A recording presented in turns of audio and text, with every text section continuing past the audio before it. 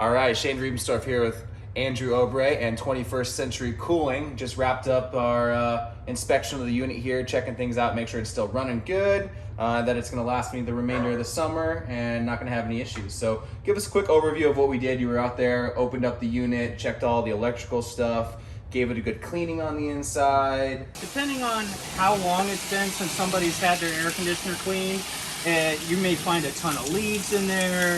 It's going to require much more disassembly to clean it. Sometimes you'll go as far as putting chemicals to clean a coil.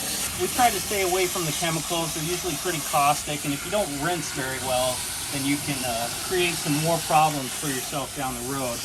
Just giving it a good bath once a year is the best thing for it, really.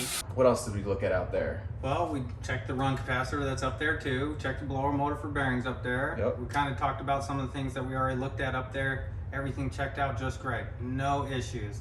Good. One more thing that we usually do when we check in the home is your air filter. Air filter is going to be usually pretty close to where your thermostat is on the wall, okay?